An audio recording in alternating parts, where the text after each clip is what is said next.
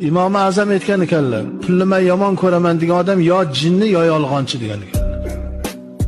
Bu dunyoda pulingiz bo'lmasa 100 ta do'stingizdan bittasi yoningizda turadi, 99 tasi yuz o'giradi. Gapingiz ham birovga yoqmaydi. Ilmingiz bormi? Obro'yingiz bormi? Pulingiz yo'q, e'tiboringiz yo'q bo'ladi. Odam zotni juda yuzini shuvut qilib qo'yadi. Pulsizlik, molsizlik.